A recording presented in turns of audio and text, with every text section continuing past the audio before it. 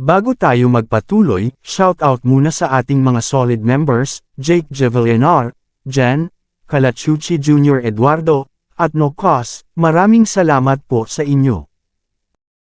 Kabanata 2841. Iisa ang iniisip ng lahat sa sandaling iyon. Nandito si Taichi Ishikawa para pilitin ang Luxus Consortium para makinabang siya sa sitwasyong ito. Kung hindi, bakit siya lalapit dito pagkatapos ng tuluyang kawalang galang? Nabawi ni Cory York ang kanyang pagkakalmado bago nag-isip ng paraan para harapin si Taichi. Miss Ishikawa, Young Master Ishikawa, sa ganitong paraan pakiusap. Nang tumayo si Cory at ang iba pa, nagbabalak na batiin si Taichi at ang iba pa, ang receptionist ay nagdala na ng 100 tao sa meeting room. Ang nasa harapan ay isang babaeng mukhang islander na nakasuot ng eleganteng suit. Isang propesyonal na ngiti sa kanyang mukha habang mabilis na sinundan ng front desk lady. Ang taong nasa likod niya ay walang iba kundi si Taichi, na nagpapakita ng kawalan ng pag-asa. Ang sekretarya na si Akina, na may mga marka pa ng palad sa kanyang mukha, ay narito rin kasama ang kanyang mga katulong, legal department, bodyguard, at iba pang mga tao. Si Harvey York ay sumulyap ng may pagtataka sa babae at agad na nakilala siya bilang si Yukiko Ishikawa. Siya ang babaeng sinampal ni Harvey sa mordo noon. Ngunit kung hindi ito nagkataon, hinding-hindi niya maaalala ang ganoong kaliit na prito. Representative Ishikawa, sorry at hindi kita na-welcome ng personal. Sa ngalan ng Luxus Consortium, nagpapasalamat ako sa iyong pagdating. Ako ay tunay na pinarangalan. Natural na alam ni Cory kung sino si Yukiko. Natigilan siya nang makita ang pagdating nito at binati ito ng matamis na ngiti. Sumunod naman ang mga direktor at babaeng opisyal at magalang na yumuko. Hindi alam ni Dante Castro at ng iba pa kung sino si Yukiko, ngunit matapos makita ang kanyang kahangahangang ugali at ang kay Cory at ang iba pa, alam nilang hindi lang siya ordinaryong tao. At sa likod mismo ni Yukiko, si Taichi ay nanginginig sa takot na parang takot na tuta. Ang pagkakakilanlan ng babae ay malinaw bilang araw. Hindi lang siya ordinaryong malaking karakter, medyo hindi mapalagay si Dante sa puntong ito. Bigla niyang sinulyapan si Harvey. Nang makita niya ang kalmadong tingin ni Harvey, hindi niya maiwasang manginig sa takot. Masyado kang mabait, Chief York, yumuko si Yukiko kay Cory. Pumunta ako dito nang hindi man lang sinabi sa'yo. Napatingin tuloy si Yukiko sa kwarto habang nagsasalita. Sa oras na ito, aksidenteng naharang si Harvey sa likod ni Queenie, kaya hindi siya nakita ni Yukiko. Magkaibigan tayong lahat dito, Representative Ishikawa. Medyo nag-aalinlangan si Cory, pero ngumiti pa rin siya ng matamis. Ikaw ang pagmamalaki at kagalakan ng pamilya Ishikawa, at ganun din ang kinatawan ng Island Country Embassy. Isang karangalan ko na humarap ka rito. Hindi kailanman isasama ni Yukiko ang kanyang sarili sa negosyo ngunit mas mataas ang kanyang katayuan kumpara kay Taichi. Kaya naman gustong mapalapit sa kanya ni Cory. Sa mga salita ni Yukiko, ang deal ng Ishikawa Corporation ay madaling makuha. Siyempre, kung narito si Yukiko para sa isang pahayag, ang kumpanya ay magkakaroon ng malaking problema. Natauhan si Yukiko dahil hindi pa rin niya mahanap si Harvey. Ngumiti siya ng mahina kay Cory at sinabing, sana magkaroon pa tayo ng mas maraming pagkakataon na magtulungan sa hinaharap, Chairman York. Hahaha, magiging kasiyahan ko ito. Mabuti, kikliin na natin ito. Bakit ka nandito ngayon, Representative Ishikawa? May kailangan ka ba ng aming tulong? Nagpakita ng masigasig na ekspresyon si Cory York. Kung ito ay isang bagay na kailangan mo ng tulong, tiyak na tutulungan ka namin kung ito ay nasa loob ng aming kapangyarihan. Kung tutuusin, wala akong hindi kakayanin sa Hong Kong o Las Vegas. Kahit na nagawang sakta ng mga tao mula sa Luxus Consortium ang iginagalang na pamilyang Ishikawa, tiyak na bibigyan kita ng patas na pahayag kung sasabihin mo yun. Siyempre, inisip pa rin ni Cory na maraming tao ang kinaladkad ni Yukiko Ishikawa para makahingi siya ng patas na pahayag. Kung hindi, sa katayuan ni Yukiko, bakit siya pupunta dito mula pa sa mordo? Nagmamadali pa siyang dumating. Malinaw na naghahanap siya ng gulo. Tungkol sa pagiging magalang, normal din ang pakiramdam ni Cory. Gayunpaman, ang mapayapang pagkilos ay dapat gamitin bago ang digmaan. Ang mga tao sa Island Country ay kilala bilang isang bansa ng kagandahang asal. Nabango man nila ang taong minasacre ang buong pamilya nila, yumuyuko pa rin sila ng maayos bago hampas ang kanilang mga espada. Parang normal lang kay Yukiko ang pagiging magalang sa puntong ito. Ngumiti si Dante Castro at naglakad pasulong matapos marinig ang mga salitang iyon. Ang aming chairman ay palaging patas at makatarungan. Hindi niya kailanman lalabagin ang batas para sa kanyang sariling kapakanan, bulalas niya. Sabihin mo lang kung ano ang nasa isip mo. Palihim na sinulyapan ni Dante sina Harvey York at Queenie York. Akala niya tapos na si Harvey ngayong nandito na si Yukiko. Narito ako sa isang mahalagang bagay. Nagpakita ng seryosong ekspresyon si Yukiko. Narito ako upang umamin ng pagkakasala sa ngalan ng pamilya Ishikawa. Nakatayo si Dante na nanlamig sa kanyang harapan na puno ng pagkabigla at hindi paniniwala. Aminin ang kasalanan. Bulalas niya. Lumuhod ka. Galit niyang sigaw habang nagpapakita ng malamig na ekspresyon. Si Yukiko ay hindi tumingin kay Harvey, ngunit hindi yun nakaapekto sa kanyang hitsura kahit kaunti. Kasabay ng ingay ng kanyang pagsigaw, lumuhod si Taichi Ishikawa, ang kanyang sekretarya, at lahat ng nagpapakitang gilas sa kumpanya noong nakaraang araw na nakayuko. Sampalin niyo ang mga mukha niyo.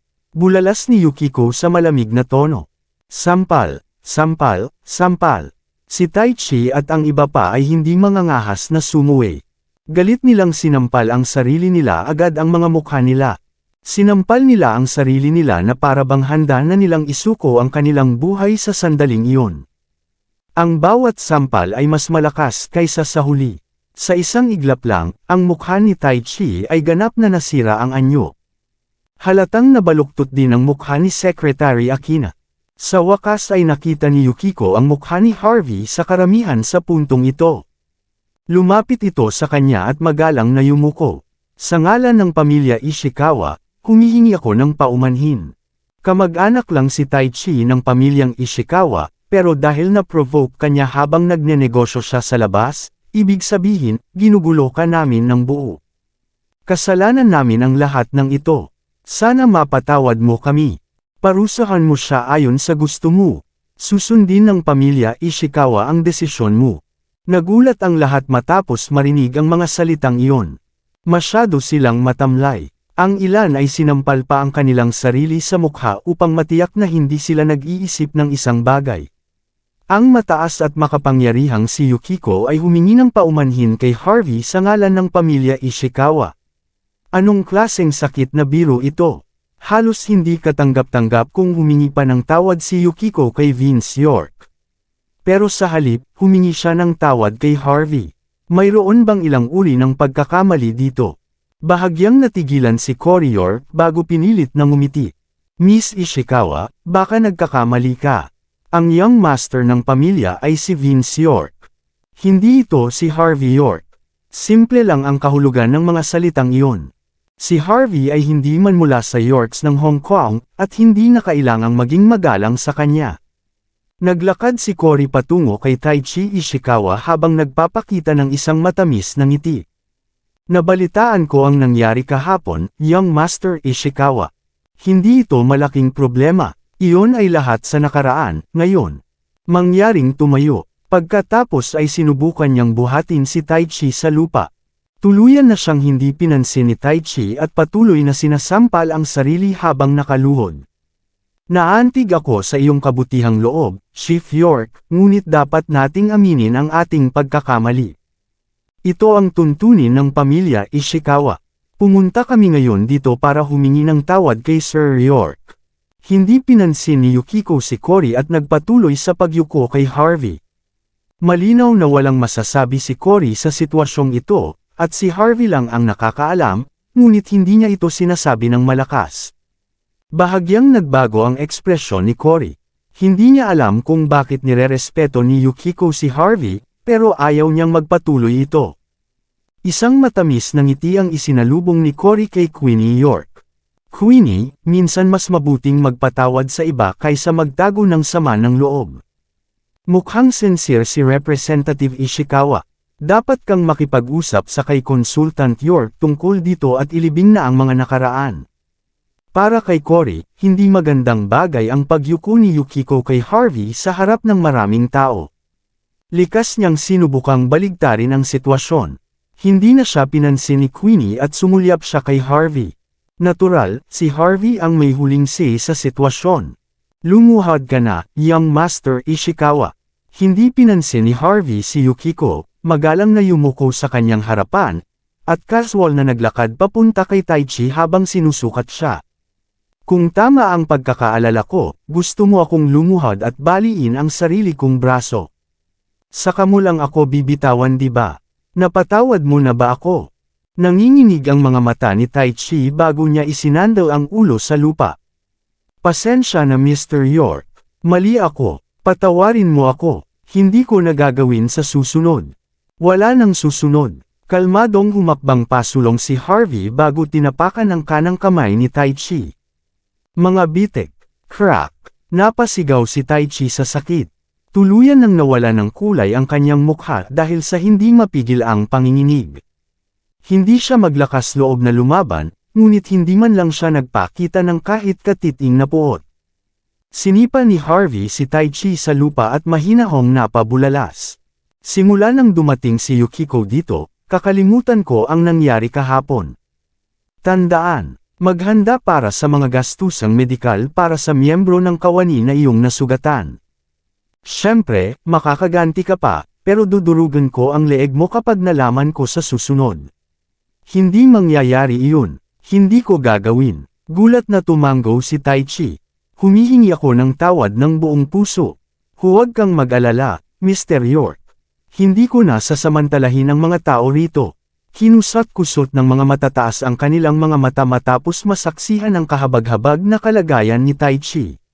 Saan nanggaling ang batang ito? Wala siyang awa. Pinikit ni Cory York at ng Board of Directors ang kanilang mga mata. Alam ng lahat na si Harvey York ay nagpakita ng isang halimbawa mula sa mga taga-isla. Tinapakan sila ng consultant ni Queenie York na parang isang grupo ng mga patay na aso. Sino pa ba ang maglalakas loob na makipaglaban kay Queenie sa hinaharap? Sa madaling salita, masisiguro na ang posisyon ni Queenie bilang Executive CEO pagkatapos ng insidenteng ito. Tanggapin si Sir York ng maayos at baguhin ang iyong paraan. Napatingin si Yukiko Ishikawa kay Taichi Ishikawa habang patuloy na nakayuko. Kung hindi dahil kay Sir York ay naitapon ka na sa mga isda ngayong hapon. Magpasalamat ka. Natigilan ang lahat matapos marinig ang mahinahong salita ni Yukiko. Talagang malupit ang mga taga-isla. Hindi lang sila walang awa sa kanilang mga kaaway, ngunit wala rin silang awa sa sarili nilang mga tauhan. Sinulyapan ni Harvey si Yukiko na puno ng interes bago nagtaas ng kanyang bantay. Alam niyang kung hindi niya mapipigilan si Yukiko, siya ang luluhod at mabali ang kanyang braso, at hindi si Taichi. Dahil sa pagdating at kagandahang loob ni Yukiko, walang dahilan si Harvey para hanapin ang pamilyang Ishikawa. Sa madaling salita, si Yukiko ay nagkaroon ng malaking kalamangan sa pamamagitan ng paglatag dito. Sa pagkakataong iyon, walang balak si Harvey na maliitin ang sarili. Pagkatapos ng lahat, alam ng mga taong iyon kung kailan dapat kumilos ng matigas at kung kailan dapat sumuko. Sila ay isang grupo ng mga ahas na gumagapang palabas sa mga anino upang umatake ng hindi inaasahan ng mga tao. Sir York, ito ang aming kontrata ng pamilya sa loob ng mga hangganan ng bansa H. Mangyaring tingnan. Matapos harapin ang mga bagay ni Taichi, magalang na hiniling ni Yukiko sa legal department na ibigay ang kontrata. Ang nilalaman ay tulad ng iyong hiniling. Kung pipirmahan mo ito, ang lahat ng mga negosyo sa ilalim ng Ishikawa Corporation sa bansa H ay nasa ilalim ng iyong kontrol sa loob ng 3 taon. Ikaw ang may huling say sa kung anong mga produkto ang ibibenta mo, kung paano mo ibebenta ang mga ito, at kung magkano ang ibinebenta mo sa kanila. At sa 3 taon na ito, ang Ishikawa Corporation ay kukuha lamang ng 10% ng mga kita. Sa karagdagan, ang taong pumirma sa kontrata ang siyang mamamahala sa proyekto. Ang kontrata ay itatago bilang patunay. Nagulat ang mga tao matapos marinig ang mga salita ni Yukiko. Nalaglag ang panga ng lahat nang magtama ang mga mata niya. Walang nag-expect na may sasabihin pa siya ng ganito. Halos nagbibigay sila ng pera sa puntong ito. Ang sinumang pumirma sa kontrata ay hindi magkakaroon ng problema sa pagpapalaki ng isang first-class na pamilya sa maikling panahon. Halos lahat ng mata ay nabaling kay Harvey noon. Napuno ng selos ang mga nakatataas. Gayunpaman, napakalinaw ng mga salita ni Yukiko. Ang sinumang pumirma sa kontrata ay siyang mamamahala sa proyekto. Ang kontrata ay nakatali sa isang tao at hindi sa kumpanya sa kabuuan. Maging si Cory ay nakatitig kay Harvey na may matalim na tingin sa mga mata. Walang nakakaalam kung ano ang tumatakbo sa isip niya ng mga oras na iyon. Nawalan ng masasabi si Queenie. Alam niya na maaaring makitungo si Harvey sa Ishikawa Corporation, ngunit hindi pa ngayon. Si Harvey lang ang nanatiling kalmado sa kwarto. Napahanga siya habang pinikit ang mga mata kay Yukiko. Anong mga pukana? Maraming salamat sa lahat ng sumusubaybay. Please subscribe and follow my YouTube and Facebook channel, Filipino Novel. Maraming salamat po. Kabanata 2845. Habang nakikita lamang ng iba ang kita, nakikita ni Harvey York ang mga masasamang plano ni Yukiko Ishikawa na nakatago sa ilalim ng kanyang pagkabukas palad. Sa madaling salita, kung pumirma si Harvey, siya ay magiging isang banta sa buong kumpanya, marahil kahit nasa Yorks ng Hong Kong din. Kailangan niyang labanan silang lahat hanggang sa kamatayan kung ganoon nga. Naintindihan ni Yukiko kung gaano kalakas si Harvey. Dahil ang Yorks ng Hong Kong ay isa sa 5 nakatagong pamilya, magkakaroon din sila ng pambihirang lakas. Kung ang magkabilang panig ay lumaban hanggang sa kamatayan, ang buong upper social circle ng Country H ay kaladkarin din dito. Nakipagkalakalan ng 3 taong halaga ng mga eksklusibong deal na may lubos na kaguluhan sa pagitan ni Harvey at ng Yorks sa Hong Kong. Para sa mga Islander, na gusto lang magdusa ang mga tao ng bansa H, ito ay isang napakapakinabang na deal.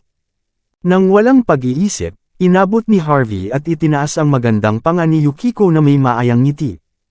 Hindi sapat ang 3 buong taon, Miss Ishikawa. May 2 pa akong kondisyon. Bahagyang natigilan si Yukiko, pagkatapos ay ipinakita ang kanyang karaniwang banayad na ngiti. Ang aming pamilya ay tutugon sa iyong mga pangangailangan, Sir York. Tama. Tumango si Harvey. Number 1. Hindi sapat ang 3 taong kasunduan sa loob ng bansa H. Gusto ko ang malayong silangan, kasama ang iyong bansa. Nanginginig si Yukiko bago nagngangalit ang kanyang mga ngipin. Mabuti, tanggap namin. Number 2. Sa susunod na 3 taon, bukod sa malayong silangan, gusto naming ibenta ang lahat ng produkto ng iyong kumpanya sa buong mundo. Pagkatapos ng lahat, maganda na magkaroon ng ilang kompetisyon. Napakurap-kurap si Yukiko. Siyempre, obviously, naghanda na si Yukiko para masiyahan si Harvey kaya siya ang kukuha ng pain. Nang marinig ang kalagayan ni Harvey, ang mga nakatataas na nasa likuran niya ay nagpakita ng mapang-asar na tingin na parang gusto nilang kagatin si Harvey. Pagkatapos ng legal department ng Ishikawa Corporation at pagbalangkas ng kontrata, pinirmahan ito ni Yukiko at magalang na ibinigay kay Harvey. Sumulyap sandali si Harvey, saka inihagis ang kontrata sa harap ni Queenie. Pirmahan mo, Queenie. Mula ngayon, ikaw na ang mamamahala sa kanilang mga proyekto sa dulong silangan. 3 taon mo itong gagawin.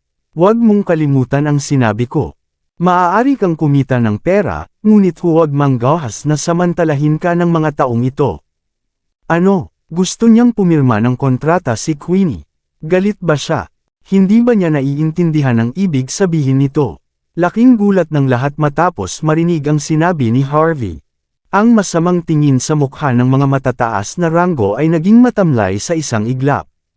Walang inaasahan na ibibigay ni Harvey kay Queenie ang $1 bilyong na kontrata. Kung si Queenie ang pumirma, Ang kanyang katayuan sa loob ng kumpanya ay nakakatakot na maaari niyang bantaan si Vince York. Sa loob lamang ng ilang araw, ganap na maging solid ang posisyon ni Queenie. Kahit ang isang nanunukat na lalaki na tulad ni Cory ay bahagyang nanginig habang kumikibot ang gilid ng kanyang bibig na may nalilitong ekspresyon. Ang isang karakter na tulad niya ay natural na malalaman kung ano ang gagawin ni Yukiko. Pero hindi niya inaasahan na gagawin ni Harvey ang ganito para harapin ang sitwasyon. Matamlay ang pakiramdam ni Yukiko habang nakatitig kay Harvey na puno ng hindi makapaniwala. Nais niyang makakuha ng ilang mga pakinabang, ngunit nagawa niyang humantong sa isang mas masahol pang sitwasyon kaysa dati. Ito ay isang kakila-kilabot na sitwasyon para sa kanya.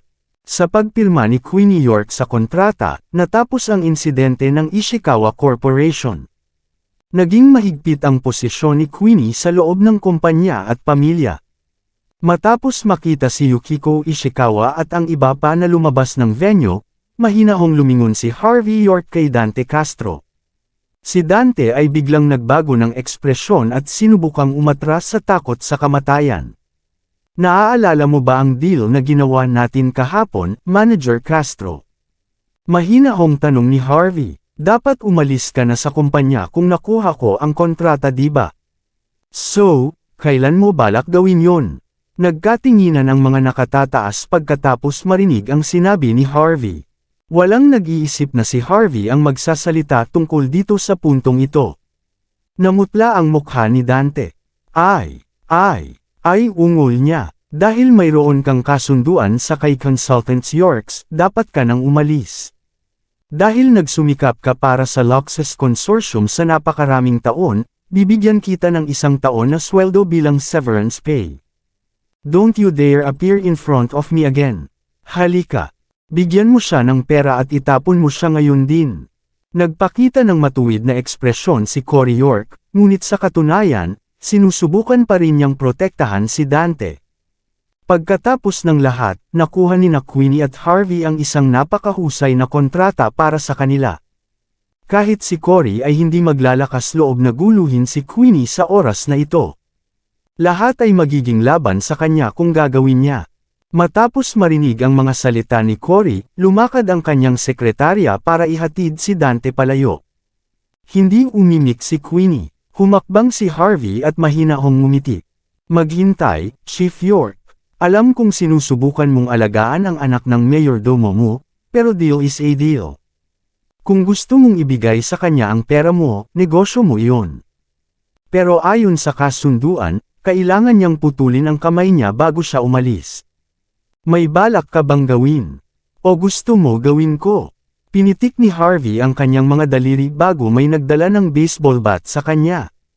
Bahagya siyang umiti kay Cory nang walang pakialam. Kung gagawin niya, ang kamay ni Dante ay mapilayan ng walang tanong. At kung sa halip ay ginawa iyon ni Cory, maaaring maligtas ang kamay ni Dante, ngunit ang kanyang mga matapat na kampan ay magkakaroon ng pangalawang opinyon sa kanya sa hinaharap. Sa madaling salita, sapat na ang simpleng kahilingan ni Harvey para ilagay si Cory sa mahirap na posisyon. Nawala ng kulay ang mukha ni Dante. Tinitigan niya si Cory na may pagmamakaawa sa mukha. Alam niyang magpipigil si Cory para hindi siya maparalisa. Nagdilim ang mukha ni Cory sa isang iglap. Matapos ang matagal na pagtitig kay Harvey ay nagpakawala ito ng mahabang buntong hininga. Harvey York, napakagaling, konsultant. Pagkatapos ay kumuha si Cory ng baseball bat sa mesa at inihampas ito kay Dante. Mga bitek, naputol ang kamay ni Dante sa kalahati. Nanginginig siya dahil sa sakit. Ngunit hindi man lang siya sumigaw sa buong oras. Klang! Inihagis ni Cory ang paniki sa lupa at malamig na tinitigan sina Queenie at Harvey. Nasisiyahan ka na ba dito, Consultant York? Tanong niya sa mataray na tono. Ngumiti si Harvey bago nagkibit balikat.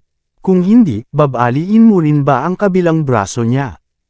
Ikaw! Namumula sa galit si Cory York bago biglang umalis habang malamig na nakatitig kay Harvey York. Hamalakhak si Harvey. Si Cory ay nawala ang kanyang reputasyon sa loob ng kumpanya.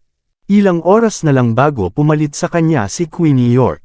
Yung anak sa labas. Sa loob ng gusali ng opisina sa Victoria Harbor, hindi pa rin magawa ni Cory na pakalmehan ang sarili. Marahas na nanginginig ang tasa ng tsaa sa kamay niya. Malamang, galit pa rin siya. Lumipat ang tingin niya kay Vince York bago siya malamig na bumulakas. I told you so many times, Vince. Huwag mong pilitin ang mga tao ni Fourth Brother, lalo na si Selena Jod. Talagang pinahahalagahan ni Fourth Brother ang babaeng iyon. Kahit anong gawin mo, huwag mo siyang awayin. Ngunit anong nangyari? Hindi mo lang siya na-provoke, ginalit mo pa si Fourth Brother. Ngayon ay isinuko niya ang kanyang napakagandang anak na babae para lang ipaglaban ka. Anong balak mo? 5 araw na lang bago ang damn birthday party. Hindi ako makapaniwalang nasangkot ka sa malaking gulo na ito.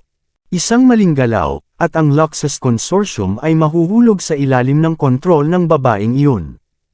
Hindi ko nga alam kung bakit naging ganito katanga ang Ishikawa Corporation. Bakit nila isinuko ang kanilang kontrata sa gayong nakakahiyang kondisyon? Simula noong pinirmahan ni Queenie ang kontrata, ilang oras lang bago siya na naluklok sa kapangyarihan sa loob ng kumpanya. Bukod sa hindi makapaniwala, hindi napigilan ni Cory na matakot matapos isipin ang nangyari. Hindi niya inaasahan na si Harvey at Queenie ay madaling makalusot sa kanyang bitag. Nagawa pa nilang umani ng malaking kita mula sa kumpanya. Kung magpapatuloy ito, maaaring maabutan ng babaeng iyon ang awtoridad ni Cory. Hinding-hindi tatanggapin ni Cory ang ganyan. Matapos makitang napahiya si Vince, bahagyang napangiwi si Lexie York. Huwag kang magalit, kuya. Pareho kaming responsibilidad ni Vince dito. Ngunit hindi namin alam na ang bastard na si Harvey ay maaaring gumawa ng deal sa Ishikawa Corporation ng ganoon kadali. Logically, gagawin ng mga taga-isla ang lahat para patayin ang bastard na iyon. Bakit ang respeto nila sa kanya? Hindi ako makapaniwala dito. Malamig nang umisi si Cory. Hindi sila kagalang-galang gaya ng iniisip mo. Ginamit nila siya upang harapin ang mga York ng Hong Kong, na nagdulot ng mabibigat na casualty sa magkabilang panig. Ngunit hindi inaasahan ng mga taga-isla na gagawa si Harvey ng ganoong marahas na hakbang at hayaan si Queenie na pumirma sa kontrata. Hindi lang siya mag-iiwan ng magandang impresyon sa mga taong walang kakampihan sa pamilya, kaya niyang sipsipin ang benefits ni Queenie. Minamaliit niyo ang bastos na ito. Sa mga dokumento mo, bata lang siya na marunong lumaban. Ngunit sa katunayan, ang kanyang katalinuhan sa negosyo ay nahihigitan kahit na ang ilan sa mga pinakamay karanasan na mga tao. Habang galit pa rin si Cory, kailangan niyang kilalanin ang lakas ni Harvey. Tila napaka-relax ni Harvey sa kanyang mga galaw, ngunit ang bawat hakbang ng kanyang plano ay pinag-isipang mabuti, na niloloko ang mga taga-isla hanggang sa puntong halos wala na silang paraan para mapabuti ang sitwasyon. Napakababa ng pakiramdam ni Cory matapos mapagtanto ang katotohanan ito. Pagkatapos bigyan ng malamig na tingin si Cory York, nagsalita si Lexie York. Ibig mong sabihin, kami ni Vince York ang may pananagutan sa pagkawala mo. Dahil hindi namin ibinigay sa iyo ang tamang impormasyon, kaya naranasan mo ang mga kahihinatnan. Hindi yun ang ibig kong sabihin, malamig na sagot ni Cory. Sinasabi ko lang na kung mayroon tayong tamang impormasyon, baka mas mataas tayo sa pagkakataong ito. Sa puntong ito, walang punto na sisihin ang sinuman. Maaari lang nating sisihin ang bastard na iyon sa pagiging napakakalkala at sa pakikipagsabuatan sa kaaway. Kasalanan ko ito, ama. Sa wakas ay nagsalita si Vince na kanina patahimik. Lumapit siya kay Cory at bahagyang yumuko. Minaliit ko sina Harvey at Queenie. Akala ko ang isang babae na marunong lang pumatay ay maaaring utusan lamang pagkatapos na nasa Luxus Consortium. Pero hindi ito ang inaasahan kong mangyayari. Parehong mapanghamong harapin sina Harvey at Queenie. Alam kong may galit pa rin sa puso mo, pero hindi kayo dapat nag-aaway ngayon ni Auntie. This is all Harvey and Queenie's fault. Kasalanan ko rin ito. Pero hindi priority ang pagsisi sa isang tao sa ngayon. Kailangan nating gumawa ng paraan para harapin si Queenie. Kung patuloy na tataas ang kanyang reputasyon at awtoridad, natatakot ako na magbago ang lahat sa kaarawan ni Lola York. Nanlamig kaagad ang mga tingin ni Cory at Lexi nang marinig ang mga sinabi ni Vince. Sa kanila, walang ibang mahalaga kundi ang pagbangon ni Vince sa kapangyarihan sa kaarawan ni Lola York. Ngunit dahil sa biglang pagbangon ni Queenie, nanganganib ang posisyon ni Vince. Ito ang pinaka-nakakabagabag na katotohanan. Matagal na tinitigan ni Cory ang kanyang kamangha-manghang at walang kapantay na anak bago ito nagtanong. May ideya ka ba, Vince? Bakit hindi mo kami paliwanagan? Tignan natin kung gagana. Ngumiti siya. Hindi yun ang plano. Iyan ay isang maliit na mungkahi lamang. Dahil sa pamilya Leo, ang Young Master ay gumagala sa Empire Never Setting Sun sa loob ng maraming taon. Pero nabalitaan kung maganda ang lagay niya lately. Hindi lang niya dinala ang malaking negosyo ng pamilya, tumanggap pa siya ng isang kabalyero at pinarangalan ng mga maharlika doon. Sabihin na natin, kung nalaman niyang nakikipag-hangout ang kanyang nobya sa isang random na lalaki mula sa country age. Malakas ba siyang babalik dito? Si Jason Leo ba ang tinutukoy mo? Malalim na ekspresyon ang ipinakita ni Lexi sa kanyang mukha pagkatapos pag-isipan ang sitwasyon. Tama. Ang dating pinuno ng Four Sovereigns ng Hong Kong, ang kasalukuyang baron ng Never Setting Sun Empire, at ang deputy commander ng Knights Templar. Kung babalik siya para pakasalan ang dati niyang kasintahan, paano magkakaroon ng karapatang umangat sa kapangyarihan ng aking mahal na kapatid na si Queenie? Kung tutuusin, ang isang babaeng may asawa ay tuluyang mawawala. Habang sinasabi ni Vince York sa lahat ang kanyang master plan, isang tawag mula sa Las Vegas ang gumising kay Harvey York mula sa kanyang pagtulog. Medyo nagulat si Harvey matapos makita ang numero. Ang King of Gamblers, si Fabian Hamilton, ay nagsabi na lilisensyahan niya ang Mordus Casino pala sa ilalim ng pangalan ni Harvey, ngunit hindi iyon nangyari. At habang bumuti ang relasyon ni Harvey sa pamilya Hamilton, ang lahat ay itinuring na nasa parehong panig. Naiwan sa ere ang sitwasyon dahil doon. Ngunit pagkatapos makatanggap ng tawag mula kay Fabian, nagkaroon ng masamang pakiramdam si Harvey tungkol dito. Kung tutuusin, hinding-hindi tatawagan ni Fabian si Harvey nang walang dahilan. Nang magring ang telepono sa pangalawang pagkakataon, kinuha na ni Harvey ang telepono. Isang mahabang buntong hininga ang lumabas sa kabilang side ng telepono, parang may malalaman si Harvey. Biglang huminto ang tunog bago narinig ni Harvey ang isang malakas na tawa. Matagal na rin simula ng huling magkausap tayo, Sir York. Napakasaya mo ba sa Hong Kong? Ang Las Vegas ay teritoryo mo rin, alam mo ba? Baka nakalimutan mo na kami o ano? Sabihin mo kung ano ang nasa isip mo. Stop beating around the bush, cool na sagot ni Harvey. Sa kabilang bahagi ng telepono, tila kumikibot ang sulok ng bibig ni Fabian bago siya tumawa. Hindi masyado, talaga, hindi masyado. Humagalpak ng tawa si Harvey. Bakit pa ako tatawagan ng mataas at makapangyarihang King of Gamblers kung wala naman? Sigurado akong mas gugustuhin mong lumayo ako sa Las Vegas hanggat maaari, di ba? Mapait na tumawa si Fabian habang nag-iipon ng lakas ng loob. Hindi naman talaga big deal. Kaya lang mawawalan kami ng lisensya sa kasino na dapat ay nasa pangalan mo. Pero huwag kang mag-alala, mayroon akong mga tao na nagtatrabaho dito. Malapit na silang makitungo sa mga customer.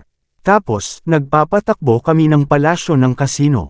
Hindi kami natatakot sa mga taong nagsusugal dito, tama ba? Casual na wika ni Fabian, na para bang hindi big deal. Ngunit alam ni Harvey na hindi siya tatawagan ng matandang Zorro na ito, kung kaya niyang malaman ang mga bagay sa kanyang sarili. Matapos magpakita ng mahinang ngiti, kalmadong sumagot si Harvey, gusto mo ba ang lisensya ko sa kasino? Hindi mo naman nakalimutan yung arrangement natin di ba? Ano, humihingi ka sa akin ng tulong ngayong hindi mo na kayang gawin ang mga bagay sa iyong sariling mga kamay. Pilit na tumawa si Fabian. Tumigil ka na sa pagbibiro, Sir York. Nais kong bigyan ka ng isang lisensya ng kasino ng maganda. Ngunit ang aking anak na walang utang na loob ay nagbahagi ng labis. Sinubukan kong bilhin ng stock para maipaubaya ko sa iyo ang lahat. Ngunit noong binili ko ang huling 10%, may nangyari. Ang taong iyon ay walang interes sa pagbebenta ng mga shares. Nais niyang lutasin ang sitwasyon sa pamamagitan ng pagsusugal. Nagtatrabaho ang pamilya ko sa industriya, kaya siguradong hindi kami natatakot. Pero sa puntong ito, 4 na araw na kaming natatalo. Nawalan kami ng 40% ng aming stock sa loob lamang ng huling 4 na araw. Sa madaling salita, ang aming pinaghirapang stock ay napunta sa kanilang mga kamay. Babalik siya mamayang gabi para maglaro ayon sa parehong rules.